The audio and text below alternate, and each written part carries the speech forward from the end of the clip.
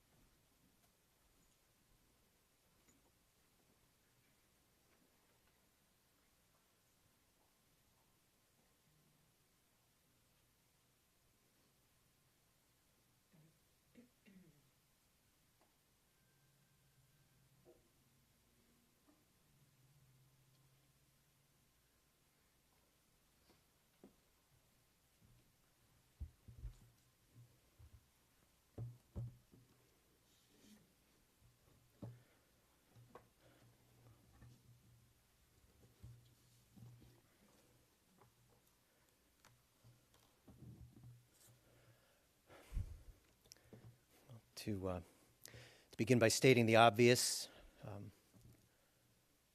we'd rather be anywhere but here, facing anything but what we are facing.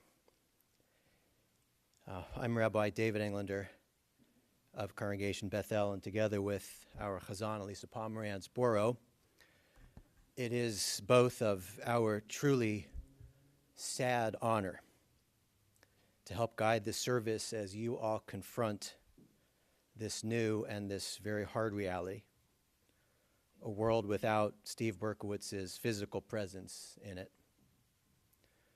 We acknowledge and are so grateful for how your lives were all profoundly and positively impacted by his presence. His absence is a shock and a cause of terrible sorrow. And we're here because we stand with this wonderful family as they grieve.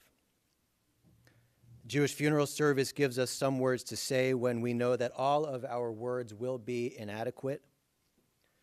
They will not be quite up to the task that we would so very much like them to accomplish, which is to make any sense of the very fact of our being here today to say a meaningful goodbye to a wonderful husband and father, and a great friend to so many. We can only ask and pray that this family will know that while their hearts break with the trauma of loss, that they are not alone in their grief. That the support of this saddened but very close community will lift you up and give you the strength you need and deserve to face this incredibly unwelcome reality.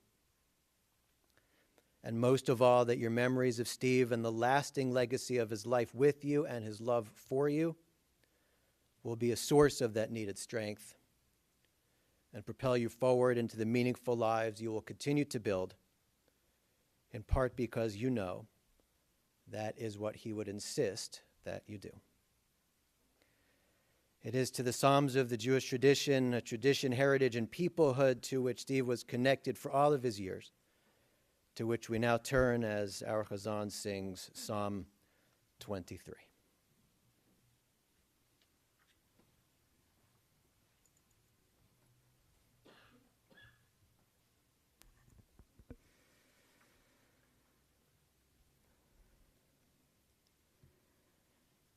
Mizmor LeDavid, Adonai rohi, lo echzar, binotei yarbitzeni, al mei menuchot yanaleni, nafshi yeshovev, yanecheni v'magle tzedek leman shemo.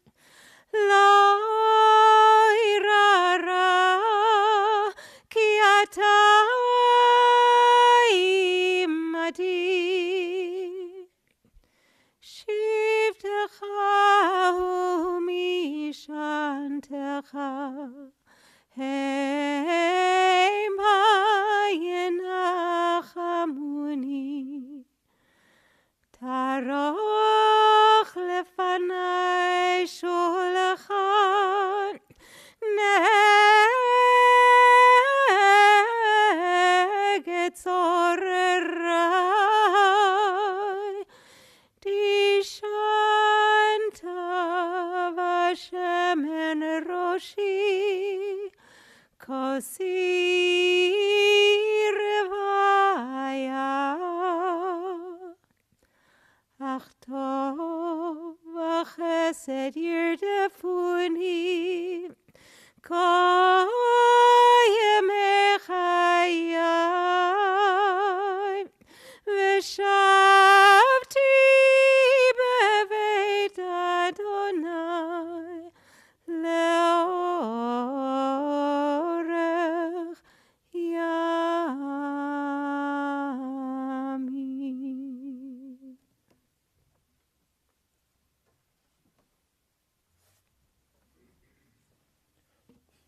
Psalm of David, the Lord is my shepherd, I shall not want. God makes me to lie down in green pastures and leads me beside the still waters. Restores my soul and guides me in straight paths for God's name's sake. Yea, though I walk through the valley of the shadow of death, I will fear no evil, for you're with me. Your rod and your staff, they comfort me. You prepare a table before me in the presence of my enemies. You have anointed my head with oil. My cup runs over. Surely goodness and mercy shall follow me all the days of my life, and I shall dwell in the house of the Lord forever. A number of speakers who will be paying tribute to Steve, the life he built and led, and the relationships that you had with him for so long. Amy Schwartz is going to be our first speaker, and she'll be followed by Michael Solomon.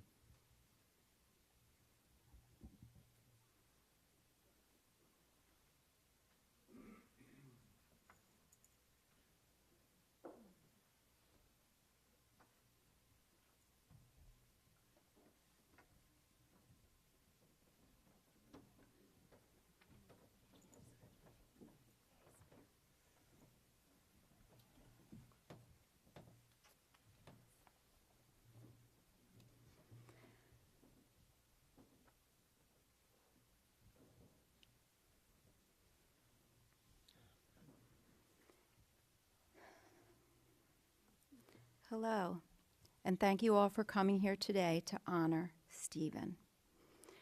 As you will hear from the rabbi and his boys and many others, Stephen is special. A kind soul, handsome, smart, and as resilient as they come. As level-headed a person as is needed to be the partner of Elaine. Stephen watching on in quiet admiration as Elaine danced through the rooms of the house to the sound of the music heard only in her head. Together, the opposites, creating the perfect balance. They shared friends from each part of their life, University of Maryland, LBI, Cherry Hill, the Contractors Association, and now even Florida. But today, we are here to talk about our special group. A group that through the years of our existence took in many new members, growing into a full and beautiful community of friendships. But at its core, and from the start, there were 8 of us. Tuesday was our night, and rain, shine, ice, or snow, pizza was on the menu. It came to be known as what else but pizza night.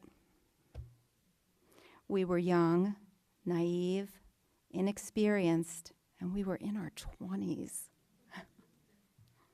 Together, we embarked on the daunting journey of adulthood. Little did we know that our lives would be forever intertwined, bound by the unbreakable bond of friendship and shared experiences. And it wasn't long before we began adding to our group with babies. And before we knew it, we had 10 boys. 10 boys between us that tripled our weekly pizza delivery order. Those 10 boys grew into handsome, kind, happy, successful men. And today, all 10 of those original Pizza Night boys and many more who became part of our group are all with us to honor their Pizza Night dad, Stephen. They each can recall funny and special memories of Stephen. But what's even more special is that none of them can remember life without Stephen. His impact, his influence, his involvement in the lives of the people around him are the very reason that the room is so full today. And the memories, they'll last through the stories told for many more generations to come. Each time Evan, Nahum, Alex, Abe, Danny, Mikey, and the rest of the Cherry Hill Atlantic Little League AA Padres of 2004 tell their children how they were the undefeated champions of the league that year, they'll also include that their coach was Stephen Berkowitz. Every time Mikey recants to his kids how his favorite times to go tubing as a kid were with the Berkowitzes, because only Stephen would drive the boat in figure eights for the highest waves so the kids could wipe out on purpose. Mikey will be keeping the memory of Stephen alive. And when Jared describes to his soon-to-be daughter that when the world shut down for COVID, he and Stephen Berkowitz did 5 a.m. virtual bike rides to stay in shape, anticipating their next triathlon. Stephen's name will be carried on. And let's not forget that when all of the kids are diagnosed with back problems later in life, they will tell their doctor not to worry. It's just from having too many overzealous bear hugs from Stephen Berkowitz. Well worth it. How many of the kids will remember that it was Stephen Berkowitz who taught them to ride a bike, drive a boat? It was Stephen who took them sledding and skiing. I could go on and on about the childhoods full of memories that he helped contribute to an entire generation of boys. But I don't want to overlook his boys. Through his quiet way, the examples of hard work and determination, through his soft-spoken manner, he guided you, Michael, Daniel, and Jacob. He showed you how to be the very best that you can be. And when that didn't work out, he showed through his actions that you have to get up and try again. Your dad is so clearly a part of who each of you have become. I think your mom will agree when I say that she has raised 3 clones, each in their own unique way, of her Stephen. What's truly amazing is that those Tuesday nights that started so casually, just a way of having fun and drinking Chardonnay with a couple of friends in the same stage of life, blossomed into what many call the family we choose. We have celebrated every milestone together. We've laughed, we've cried, we've fought with each other, and then we've made up. We've watched those children who dressed up every Halloween year after year to go on to marry and start their own lives. We've mourned some of our parents together, and now we mourn one of our own. Listen in the quiet moments for your dad's calming voice, the voice of reason. His words are etched in your hearts and memories. The lessons he taught you about resiliency and getting through the difficult times, they're ingrained in all of you. He has left you with the tools you need. I assure you, it's not going to be easy, but use those tools to rebuild and move forward, as not only he would want you to, but he would expect that. Elaine, Michael, Daniel, Jacob, Nana, and Erica.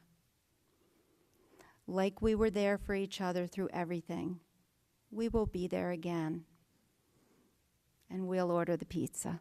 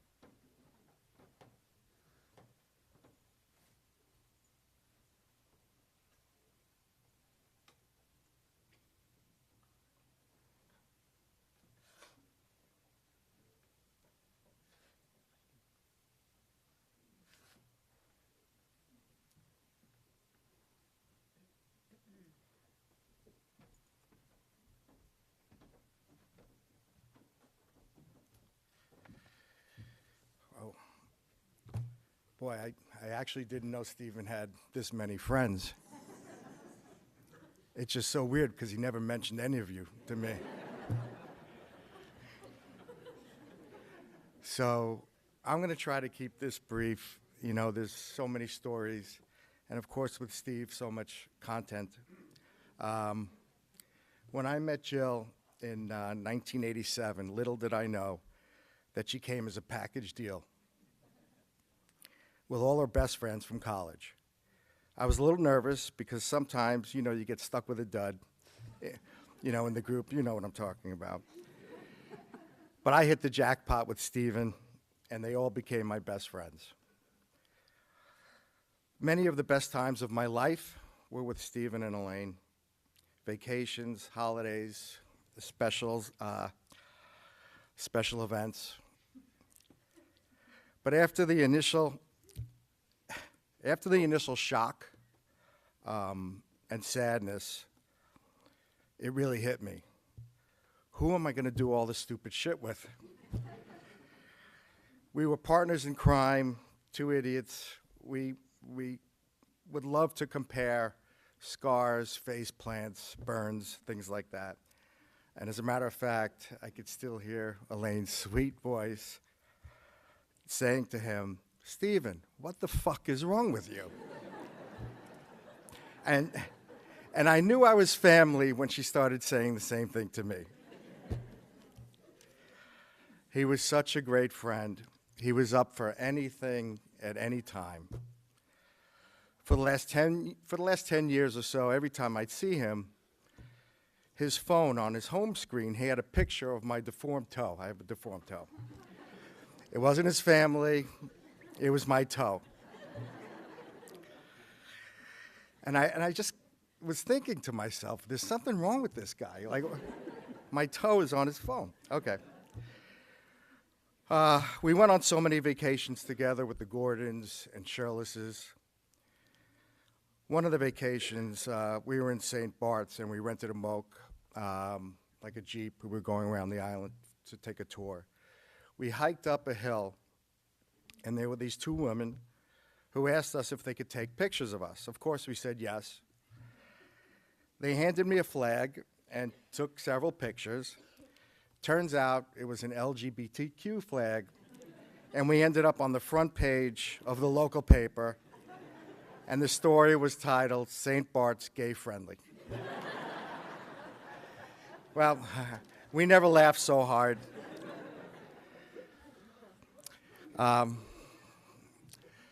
You know, in the end, Stephen died a hero. He donated his organs to save the lives of others. And in the hospital, the nurses lined up in the hallway as they wheeled him into the OR so he could donate his organs. One of Stephen's favorite songs was "It's a Wonderful World," and that was playing in the background. It was probably the most emotional, gut-wrenching thing that I had ever witnessed. And at that point, I was just so proud of him. And anybody that was there would tell you the same thing. It was just incredible.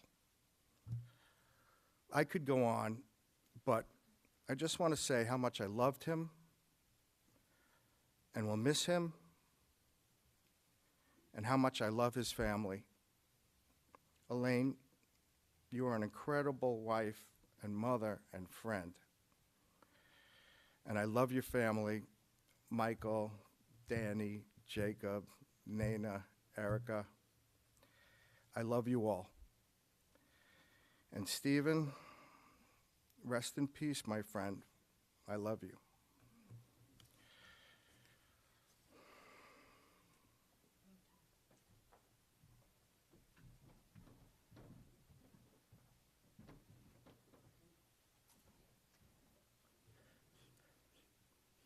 I'm just going to invite up Ira, accompanied by Nina, and they'll be followed by Darlene.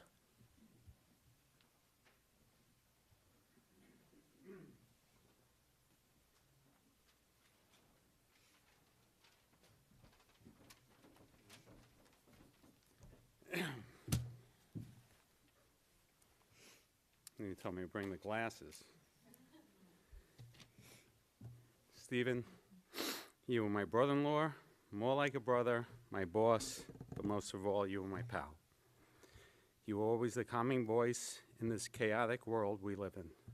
Whenever I was stressed out about work or life, you would always tell me, take a step back, and we would figure it out together. You supported me in whatever I was doing in life. You were my biggest advocate when I started running 2 years ago, and I'll miss our talks about proper stretching techniques, because I don't stretch.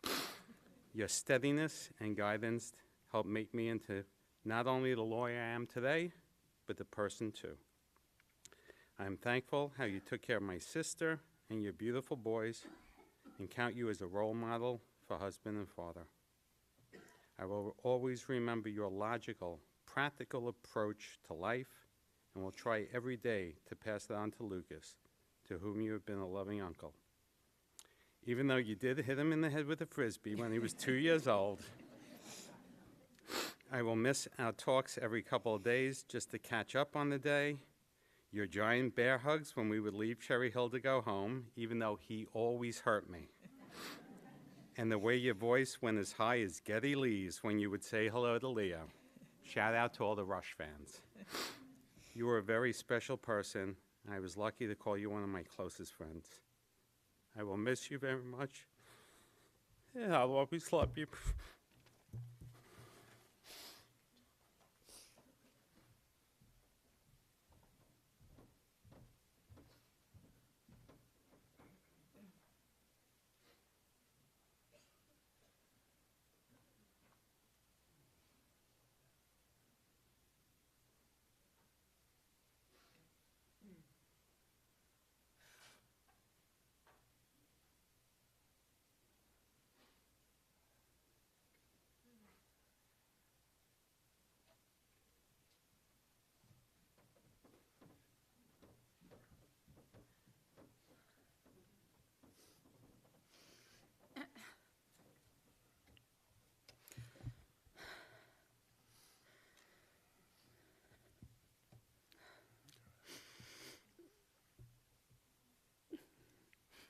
My sweet, perfect sister, who I, for one, never deserved. Her sweet, perfect husband, who understood why she loved me as much as she did. Her children, who thought I was just a child in a grown-up's body. And when Elaine and Stephen left, that's when the real fun happens. And when the garage opened, we all hid everything and ran away. And we did it last week, right? Yeah. I don't think that, I think that God gave us an angel when Elaine came down from heaven. And she took care of me my whole life. She shared her friends. I wasn't really quite worthy of my own. And we shared our families. Her children are my children are her children. Lucas is mine, and my children are Irish children. It's just the way it went. And she believed in me when no one did. And Stephen believed in me because Elaine did. And Stephen was the rock of the whole entire family. He was the opposite of me because I talk just because I like to hear my voice. And when Stephen spoke, it was usually really important stuff, and he usually had to tell me to be quiet because he had something to say. And I didn't realize, but sometimes I got bruises. I wish we would have spoken before this because his hugs were too hard for me. But I love them just the same. And I will miss Stephen every single day. And I'll miss the look in my sister's eyes when we FaceTime to try on clothes because she's going on a trip or I'm going on a trip. And I want the sparkle back, and I'm going to help you get the sparkle back. It's doable. And you'll get the sparkle back, and I promise I'll hold your hand and we'll get it back. Guys, we're still gonna do the stuff we're not supposed to do. We'll just only have to hide from her. We'll only have to hide from her. There's a poem that was mine and Elaine's favorite poem, and I just wanted to recite it for you guys because it was our favorite poem. And if you couldn't tell, it was from the movie In Her Shoes. And if you couldn't tell, contrary to blonde versus dark hair, I was Cameron Diaz. Thank goodness. Finally, she was the barometer, and I was the drunk at the door. But she picked me up each time.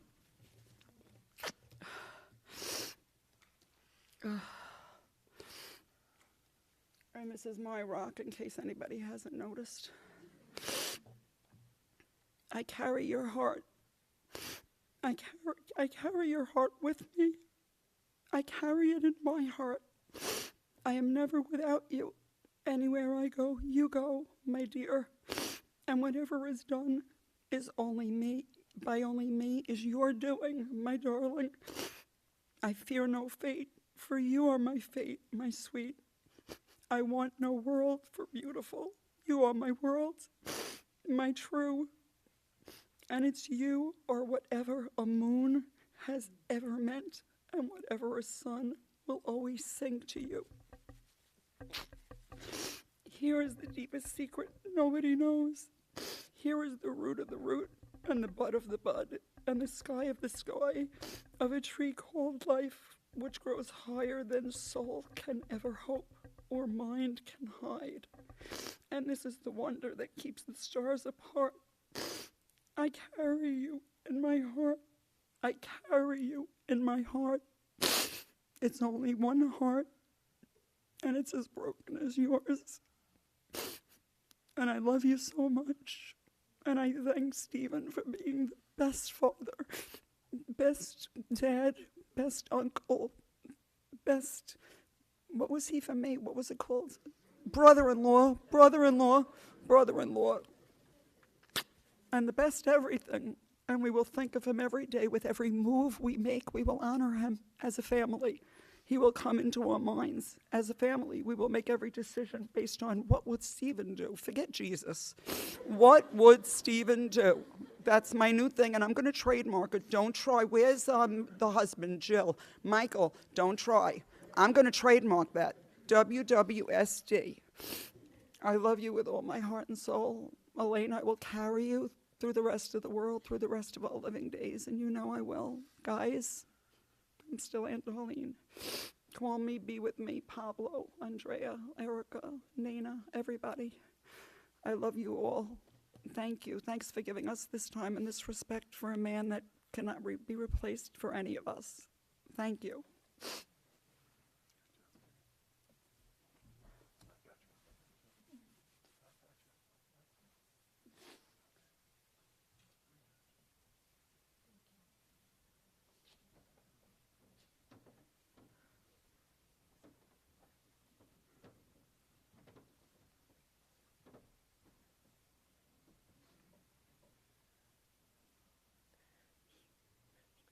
When they're ready, Michael, Danny, and Jacob will be coming up as our next speakers.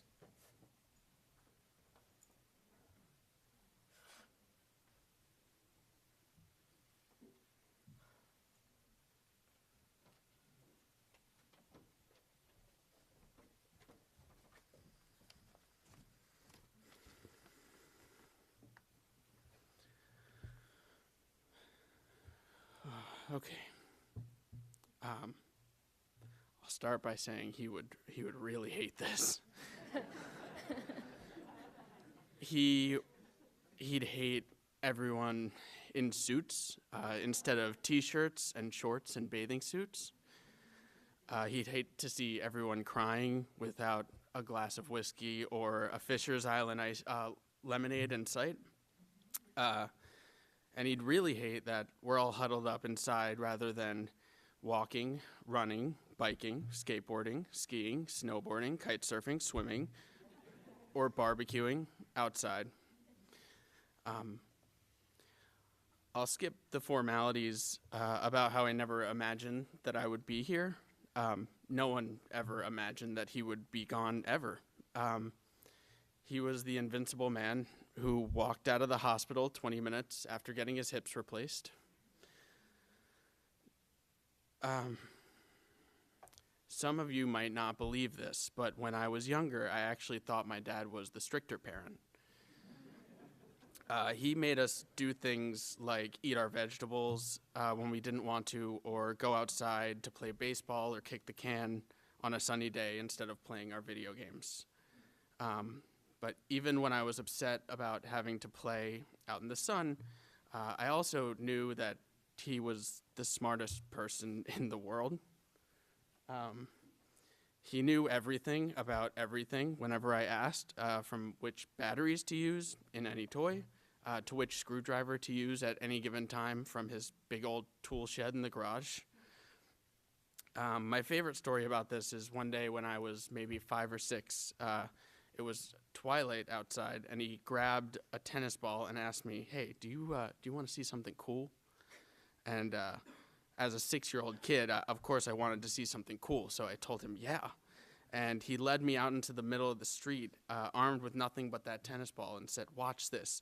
And he proceeded to go underhand and threw it up as high as he could, straight up into the sky. And I watched like 4 bats zip by. And I just thought he was like a wizard. I was like, what, how did, what? And I don't even think he knew why it happened, but he knew if you threw a tennis ball up really high when it was around close to nighttime, he could summon bats. As I grew up, there was an interesting shift in how I viewed my parents. My mom was now the one who didn't want me doing anything fun, like drinking and partying, while my dad was content to hang out in his lazy boy with his matrix of screens, writing briefs, as long as I was keeping my grades up and staying out of too much trouble. I remember we once walked out of D&Q after shopping for some skiing equipment or something. For some reason or another, we had Leo with us, and for some reason or another, we wanted to go to the grocery store nearby. And I said, "Hey, Dad, are we allowed to bring Leo into a grocery store?"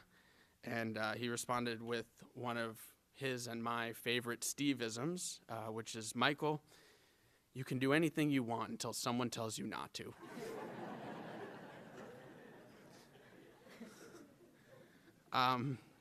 To many of my friends, he wasn't as much a parent in those high school years as a cool presence in the house to be greeted with a "Steve." So much so that whenever my mom was out for the day, my friends and I would be stomping around the house, smoking weed and yelling, "Free day, free day, free."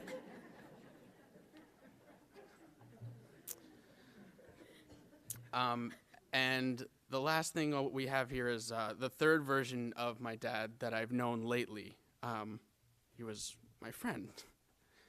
While he was still my dad who wanted to see me doing things outside and was always ready to provide his wisdom, he was also someone I could sit down and have a drink and a cigar with. The biggest change here is that now my dad was the one asking me to explain things.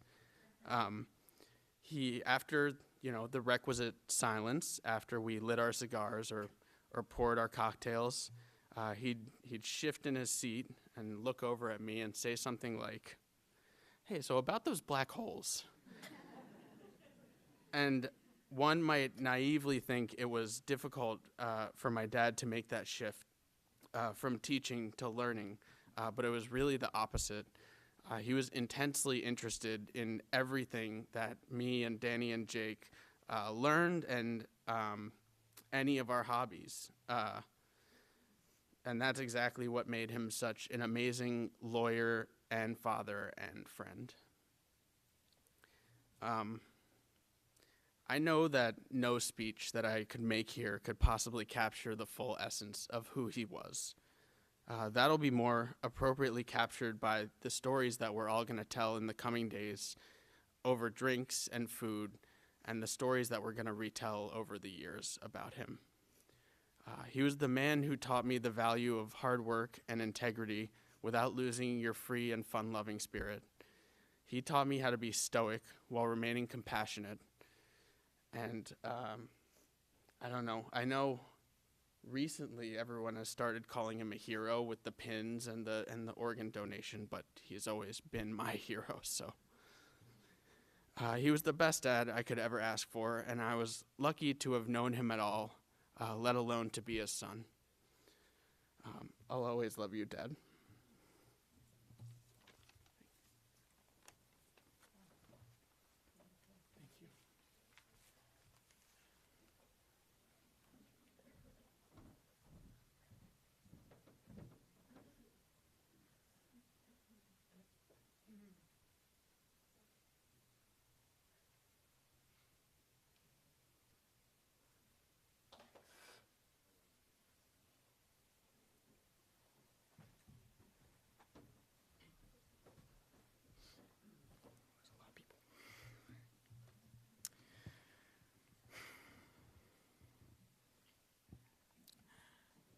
My father was the greatest person I ever knew and ever will know.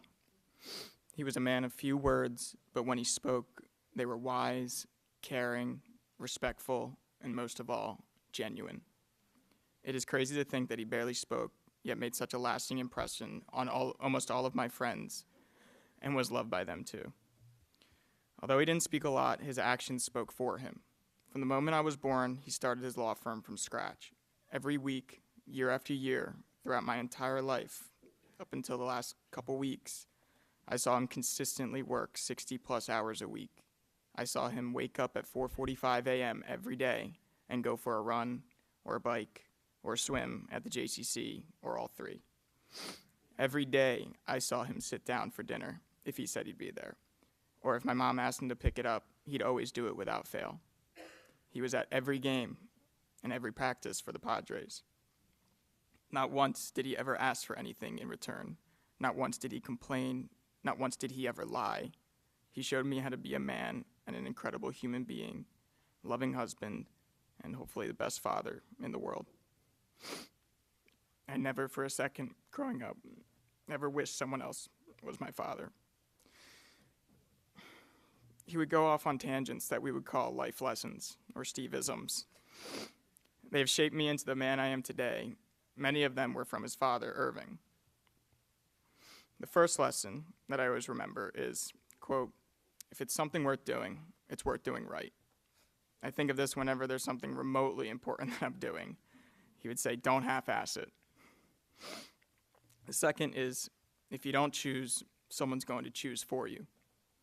I remember when one weekend, I was about 8 years old, Michael and I wanted nothing more than to sit inside and play video games. But my dad wouldn't have that. He kept asking what we wanted to do, and we said nothing. So he chose for us, as a form of torture, to take us to Penn's Landing.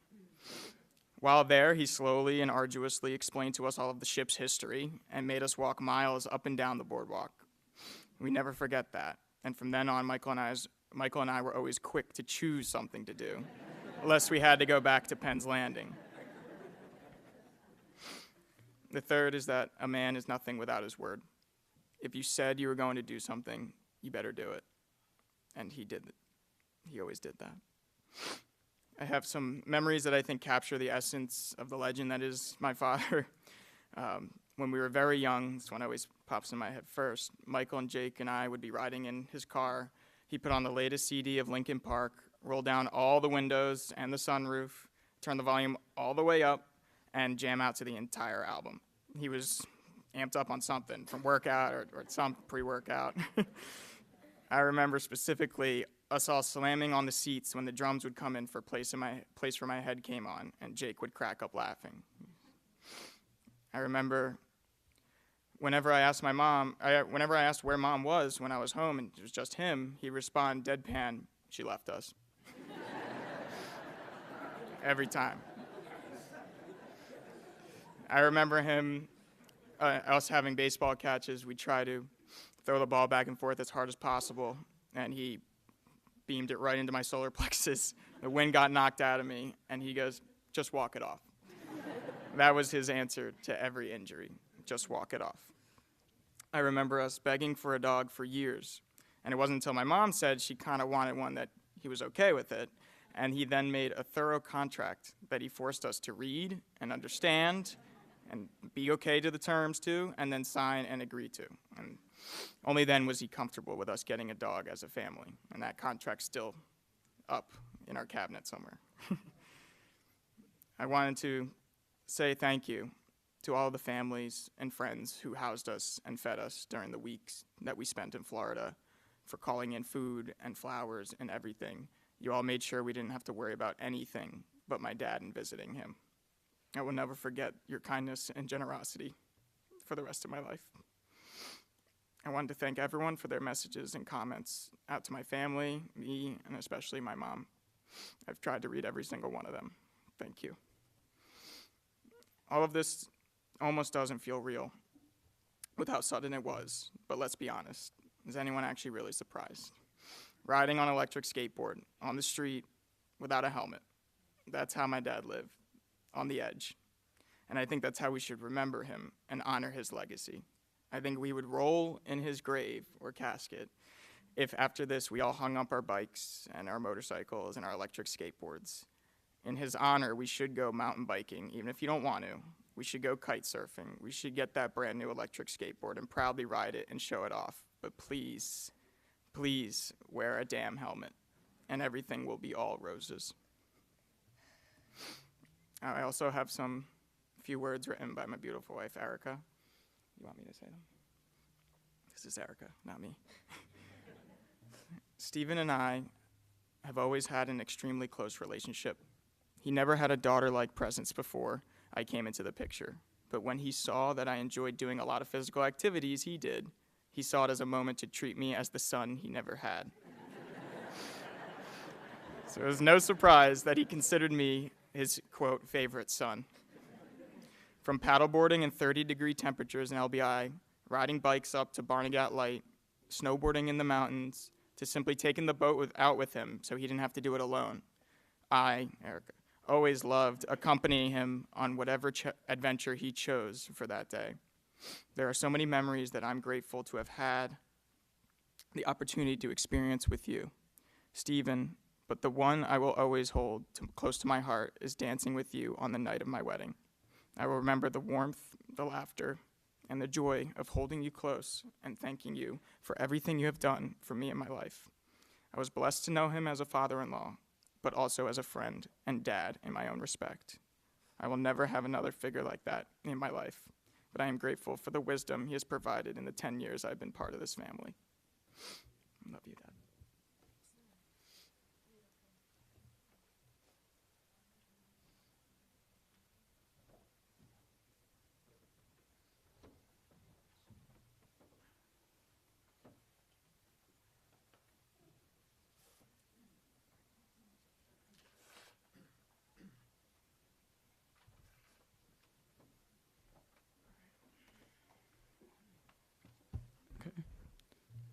Can everyone hear me? All right. I want to preface this eulogy by saying that the speech was proofread and approved by Elaine.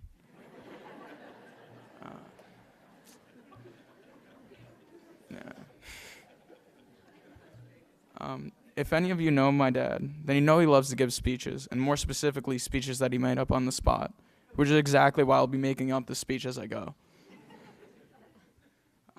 My dad is the strongest person that I will ever know.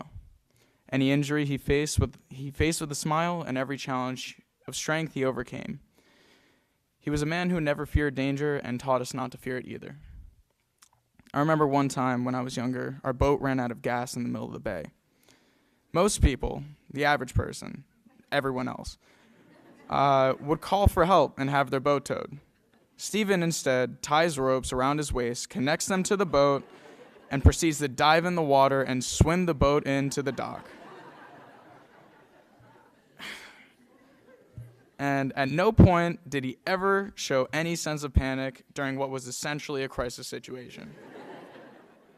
But one of my favorite memories with my dad was when I was very young. I was about 5, 6, didn't understand how physics works. And we were watching a thunderstorm when I was younger. We opened the garage and we laid out our lawn chairs and watched as the lightning struck and the rain poured down. So I wanted to go outside in the rain, and so he made sure I didn't forget my umbrella. And within a minute of walking outside, the umbrella flipped inside out, and the top just completely flew away, leaving me with a metal pole that I held up into the air. He was always the most responsible parent. These are more than just beautiful memories. They're life lessons I'll carry with me forever as a reminder of exactly the kind of man that I aspire to be, just like my dad. Beyond being my greatest mentor, my father was also a thrill seeker. It's subtle. Some people might not know.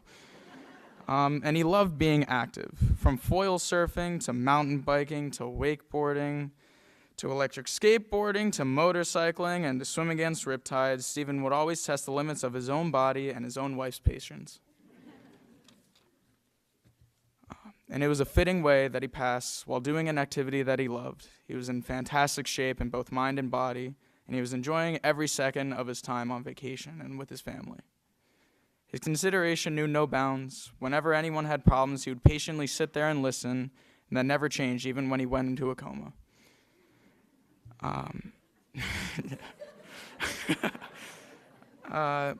He passed in time to donate his organs, and he saved multiple lives and helped numerous people with other donations.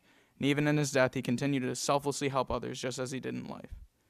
I'm going to miss a lot about my dad. I'm going to miss the times that we went to Burger King together and the times that we went out to get sushi and going to workouts and him doing his ridiculous supersets with 3 workouts nonstop and him asking him to crack my back and inevitably limping away with a bruised sternum, doing dumb stuff and then telling him right after I do it, and then doing dumb stuff together and then him saying, "Don't tell your mom."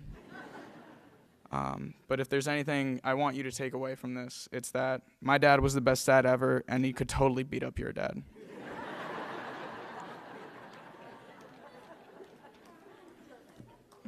I'll miss you forever, Dad. Love you so much. Rest in peace, Dad.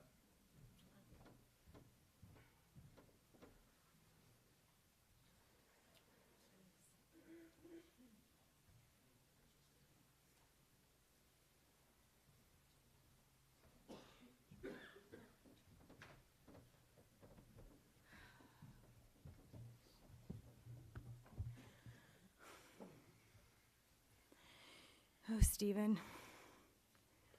what did you do? I can't believe that I am standing here. This was my biggest nightmare. The only question was, will it be the mountain bike, the motorcycle, or the skateboard? Maybe that's why we told each other every night, I love you. Every day, I love you. Whenever you left for work, whenever you go up to go to bed. Those are the words that we spoke to each other just the minutes before your accident. I love you, my beautiful girl, you would say. I love you. We talked all the time about how lucky we were. Who gets this beautiful life for all of these years? We look at our boys with such pride and we'd say, look what we made. Look what we made. We did that. You were unbelievably proud of our boys and our girls, who they were and what they did. We never ever stopped talking about them, bragging about them. We just had the best few weeks, having so much fun with the kids and friends and celebrations and loving Florida. I have some solace that you were never in any pain. And the last thing you remember was flying down the road on your skateboard, on your beloved motorized skateboard, with the sun and wind on your face, in shorts and flip-flops. And when you lost your balance, you weren't scared. You thought, ugh, not again. Elaine's going to be so pissed at me. If I think about all the things you won't be there for, I could not even be standing here. But instead, I choose to be grateful for the amazing 38 years that we had together. I'm grateful for the memory of our first date, when you picked me up with chocolate and flowers, a Cadbury bar, and a rose pick from your neighbor's garden. I'm grateful we built the most beautiful, happy, fulfilling life, and we planted roots in a community where they were there to celebrate all of our happiness. And clearly here for all of us during these times of terrible tragedy. Look around, hon. You were so loved. Look what we made. Look what we made. I am grateful that you were there until our boys have grown into incredible grown men you raised in your image. They are kind, mature, loving men of integrity. And you were able to see that. They have learned how to choose the most perfect partners for them. They have learned to love and respect and cherish their beautiful lives because you show them every day. I'm grateful you were so close to Nina and you were able to give that beautiful speech at their wedding. And I'm grateful you got to dance the father-daughter dance with Erica at hers. I'm grateful of the one-on-one time you had with Jacob in the last few months as we watched him from a nervous college boy to a confident, strong man with an incredible future ahead of him. I'm grateful you kept your body in such incredible shape that you were able to donate organs and tissues and save so many lives. I'm grateful you lived your life to the fullest with all of your dreams coming true. Success in business, success in friendships, success in marriage, and success in family, success in life. You were always present, always supportive, and always confident that me and the boys could accomplish anything we wanted to through hard work, dedication, passion, and love. I'm grateful you were at the top of your game mentally and physically, doing all the fun things that you love the most. It would never be enough time, Stephen. But when I need you, when I need to see your wonderful face, I can just look into the face of any one of the beautiful boys that we made, and I see you. Look what we made. Look what we made. I'm going to end with a quote that Stephen had this poem in his pocket from the time he had his first injury, and he carried it with him. Don't quit. When things go wrong, as they sometimes will, when the road you're trudging seems all uphill, when the funds are low and the debts are high, when you want to smile but you have to sigh, when care is pressing you down a bit, rest if you must, but do not quit. Life is queer with its twists and turns, as every one of us sometimes learns, and many a failure turns about when he might have won had he stuck it out. Don't give up.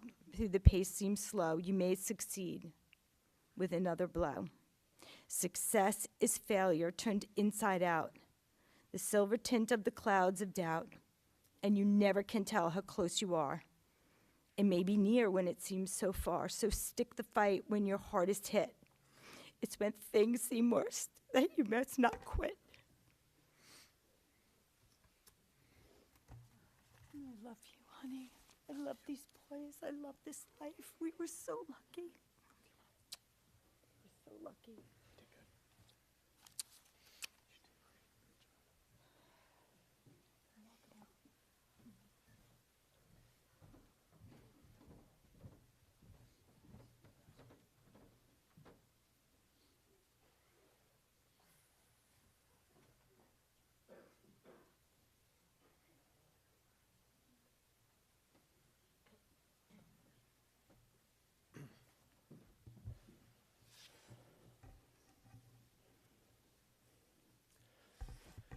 Each and every word shared was heart-warming and also heart-wrenching, I think in almost equal measure.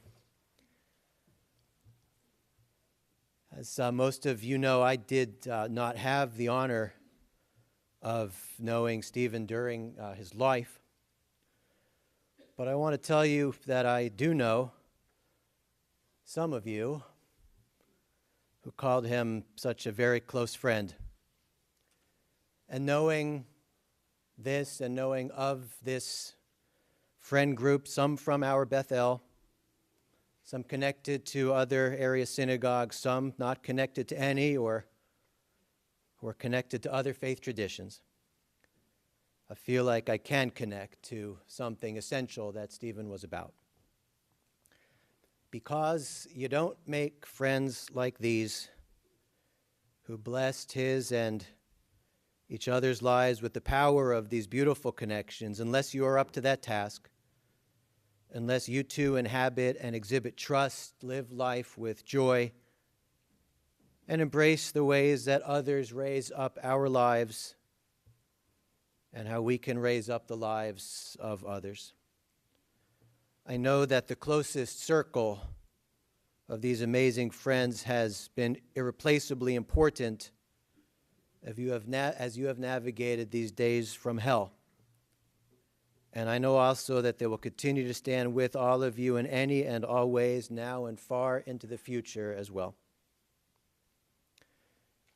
We have all now heard from those who knew Stephen best and loved him the most in this world.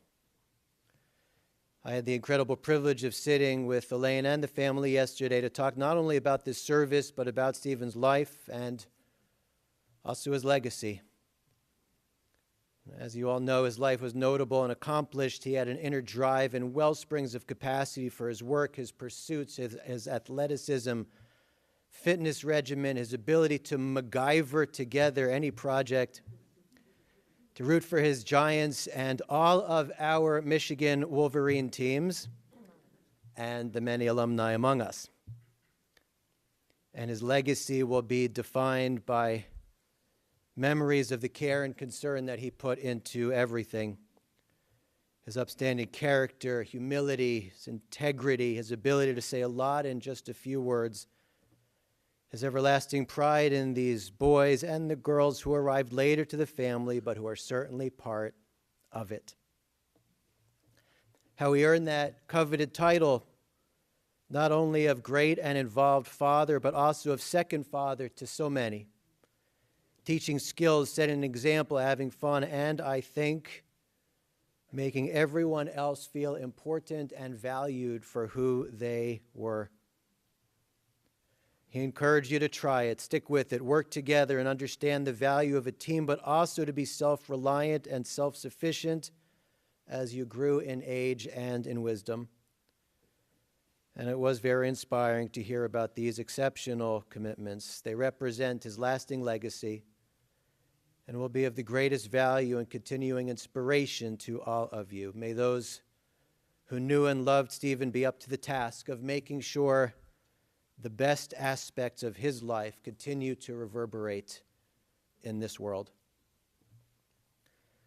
Now, not to typecast or be too predictable here, but you told me that Judaism was an important part of his identity, especially in and through life cycle events and holiday observances that were non-negotiable. You also said that his favorite part of synagogue services was when the rabbi would explain stuff. Now, I really wish I had known him personally. Well, I admit, I'm the first to admit, I do not have any explanation for why we have all arrived here for this reason so very soon. But I do feel called to mention one aspect of the part of the Torah that we are reading now, and maybe even to explain it in a way that Stephen would relate to, or at least I hope so. In the narrative that we're reading of our ancient ancestors, we have reached what has come to be called the incident of the golden calf. When Moses sees the people worshiping this idol, you may recall that he takes the tablets inscribed by God's own hand with the commandments and he throws them down and they break into many pieces, Later on, Moses will get a second set, and the Israelites' journey through the wilderness will continue. The rabbis teach that on this journey, in the very holiest place, the Ark of the Covenant, you've seen the movie, you know what it looks like.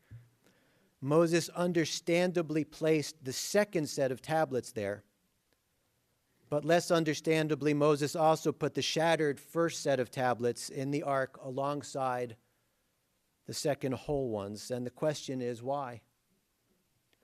Well, the standard answer is that they were still holy, even though they were broken and so needed to be safeguarded. Well, that's a nice answer, but it's not sufficient. The second answer is that people should sometimes be reminded of the mistakes they've made in the past so they could think about how to prevent any similar activities from happening in the future. Perhaps this is the origin of Jewish guilt, I'm not sure. But I think there's a better and today a more relevant reason for why Moses packed up the broken tablets and put them in the ark together with the ones that remain whole, which is that our lives are constantly moving between what is more whole, complete, and welcome, and what is broken, highly imperfect, and sometimes even shattering. These people, they had experienced slavery and oppression, and they had experienced redemption and revelation. They had embraced God and God's power and turned their backs on God when things got difficult. The broken tablets reminded them and us then and now that it is in integrating our brokenness and wholeness that we approach the fuller versions of our being, our more genuine connection to each other, and also the lasting ties that bind us to those who we have loved and lost. The psalmist teaches that those who have sown in tears will reap with joy. May there be many truly wonderful moments ahead for this special family on a day of tremendous sadness as your community of incredible friends stands with you. I extend my condolences and those of the Bethel community first to Elaine. I know that after 34 years of marriage and 38 of being together in life, love, and partnership, words fail to capture any essential aspect of the loss of your Stephen. I pray you'll find consolation and courage in the midst of sadness as you mourn this very good man. He blessed your life by traveling his journey with you, and everyone here knows you enriched and enhanced his existence by intertwining your life and your soul with his. To these kids who aren't such kids, and even less so now as they face the loss of an amazing father who thought the world of each of you, both who you are and the people who you are on the road to becoming, in ways that are similar to and also different from him. You'll hear his voice in every big decision and in many more mundane moments as well. The values he lived by will for sure also serve as standards that you will choose to live out and uphold in your own way, in ways that would bring him a lot of pride, as he was always so very proud of each of you. We stand with Michael and Nana, Daniel and Erica, and with Jacob on a terribly hard day. We express our condolences to the rest of the family that has been and will be a source of tremendous support and love, to Ira and Nina, Darlene and Steve, Melanie and Jordan, Andrew and Liz, to Grandpa Dew, to Miriam and Nicole for your long-term work with Steve and for your support and for your friendship. Tenishmatot Zurah B'tzruach Hayim, may the soul of Stephen Berkowitz be for a lasting blessing. May he rest in peace, and we all say, Amen. This time I'd like to call your attention that contributions in memory of Stephen can be made to Life Alliance Organ Recovery Agency, or in lieu of a donation.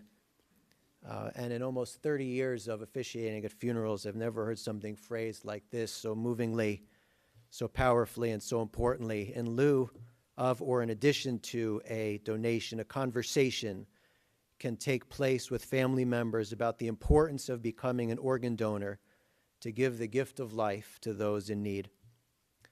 Following interment at Crescent Memorial Park Cemetery, Shiva will be held today at Congregation Bethel in our garden room, and tomorrow at the Berkowitz home with visitation welcome from 1:30 until 5 o'clock p.m. For the El Male Memorial Prayer, if you're comfortably able to do so, I ask you to please rise.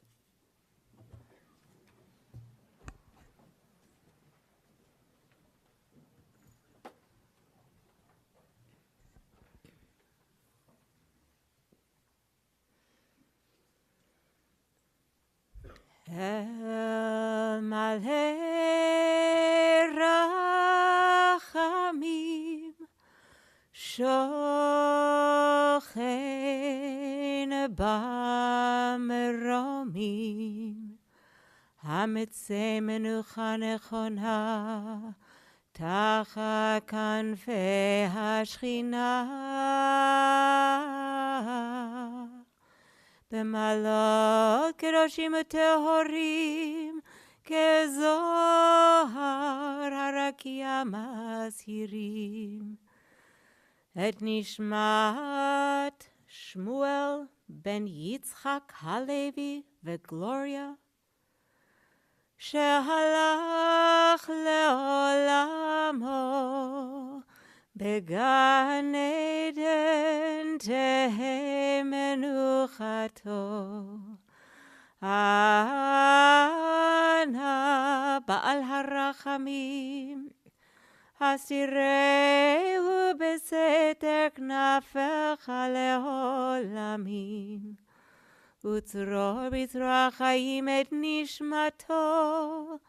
אדוני הוא נחלתו, וינוח בשלום משכבו, ונאמר אמן.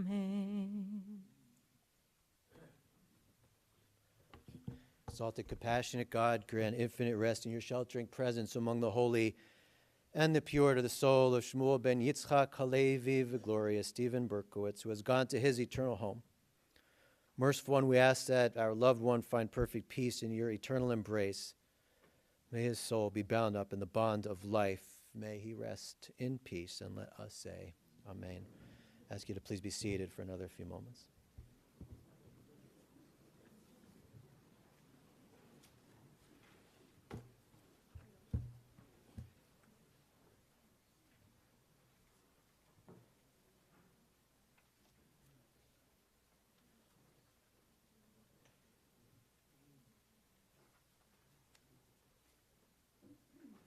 Pallbearers, please step to the center aisle.